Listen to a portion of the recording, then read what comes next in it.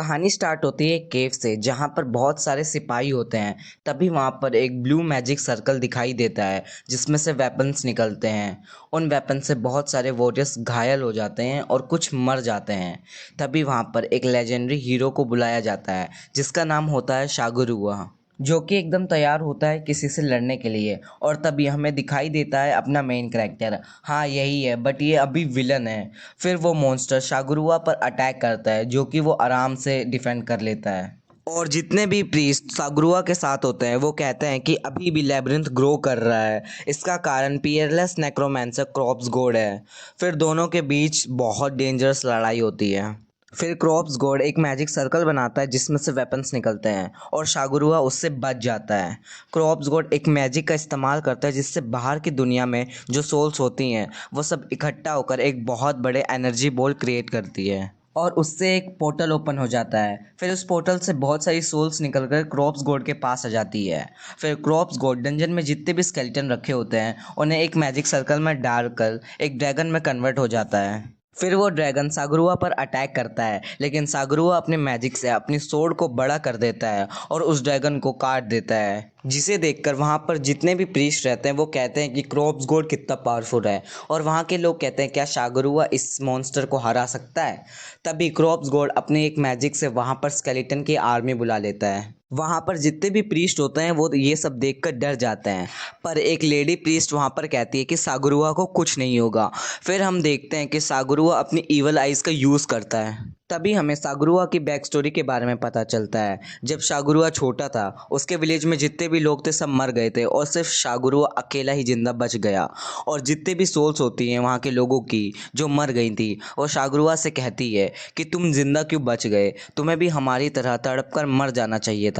फिर हम देखते हैं कि शागुरुआ को चर्च के लोग अडॉप्ट कर लेते हैं, लेकिन शागुरुआ के पास ईवल आई होती है जिससे उसे सारी सोल्स दिखाई देती हैं और शागुरुआ चर्च के लिए सारे बुरे लोगों को मारता है। फिर शागुरुआ क्रॉप्स गॉड से कहता है कि तुमने कितनी सोल्स को सेक्रीफाइस किया है। फिर क्रॉप्स गॉड कहता है तो तुम्हारे पास ईवल आई है, जिसे सुनकर प्रीस्ट कहते हैं कि ये ईवल आई क्या होती है। फिर लेडी प्रीस्ट कहती है कि शागुरुआ के पास बचपन से ही ईविल आई है जिससे वो सारी सोल्स को देख सकता है, और जिनके पास ईविल आई होती है वो अपने आप को चर्च के हवाले कर देते हैं। मगर जो लोग ईवल आई का यूज़ करते हैं अपने मकसद के लिए वो नेक्रोमेंसर बन जाते हैं क्रॉप्स गॉड की तरह। फिर क्रॉप्स गॉड अपने स्केलेटन को कहता है कि अटैक करने के लिए, तो शागुरुआ भी सारे स्केलेटन को एक एक करके मारने लग जाता है। फिर शागुरुआ अपने मैजिक से चट्टान गिरा देता है जिससे क्रॉप्स गॉड और जितने भी स्केलेटन होते हैं वो दब जाते हैं। शागुरुआ क्रॉप्स गॉड पे एक खतरनाक अटैक करता है जिससे उसकी बोन्स टूट जाती हैं और हमें उसका ट्रू फॉर्म देखने को मिलता है। तभी क्रॉप्स गॉड कहता है कि चलो एक गेम खेलते हैं ग्रिम रीपर बन के।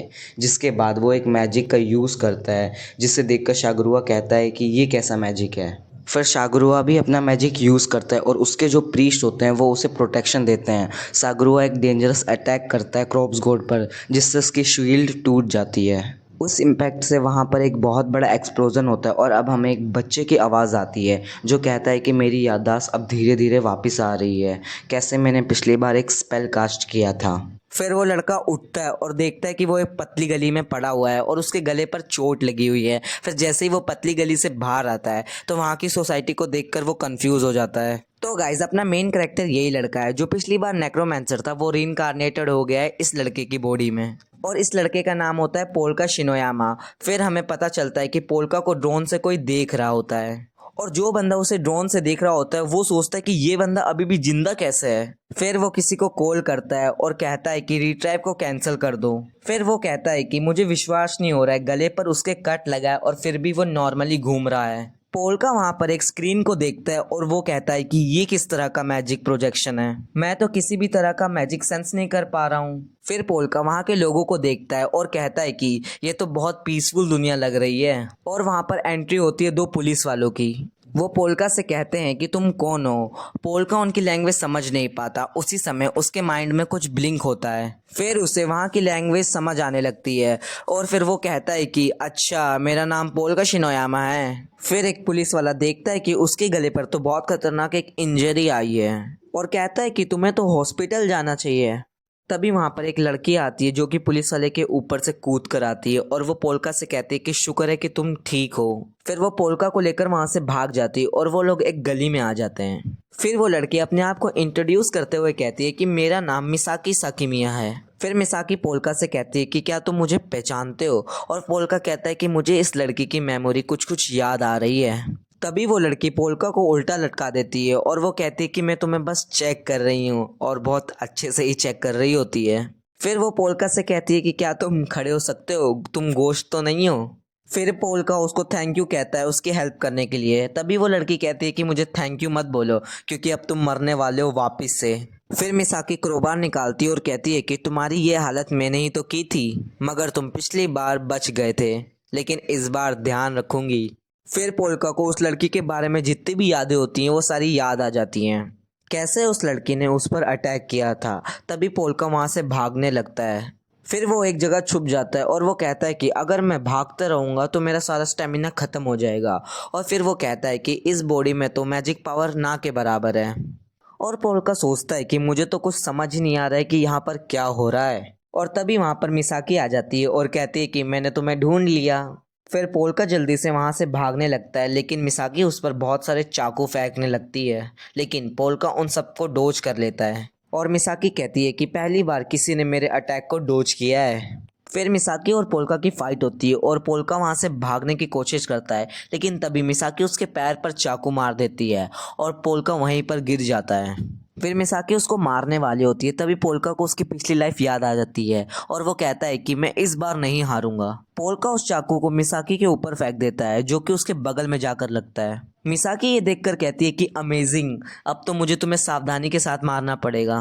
फिर हम देखते हैं कि पोल्का भागता है और एक रूम में पहुंच जाता है और कहता है कि ये कैसा रूम है, और वहां पर मिसाकी भी आ जाती है जो कि कहती है कि ये याकुजा का एग्जीबिशन है जहां पर वो लोगों को मारा करते हैं। और जो याकुजा वाले होते हैं वो कहते हैं कि इस जगह पर बहुत सारे गोस्ट हैं, इस वजह से यहाँ पे लोग आने से डरते हैं। फिर पोल्का को पता चलता है कि वो अपनी ईवल आई का यूज़ कर सकता है इस बॉडी में भी। तभी हम देखते हैं कि उस रूम में जितने भी सोल्स होती है पोल्का उनको देख सकता है। फिर पोल्का को समझ आता है कि ईवल आई सोल की पावर है, इसलिए बॉडी और ब्रेन के बिना भी वो इसे यूज़ कर सकता है। ये बातें सुनकर मिसाकी कहती है कि तुम तो लाइफ को बहुत रिस्पेक्ट करते हो। फिर मिसाकी आगे बढ़ती है पोल्का को मारने के लिए, लेकिन पोल्का कहता है कि लाइफ को इतना हल्के में मत लो। फिर पोल्का वहाँ पर एक ब्लू मैजिक सर्कल क्रिएट करता है उस कमरे में जितने भी सोल्स होती है उनका यूज़ करके।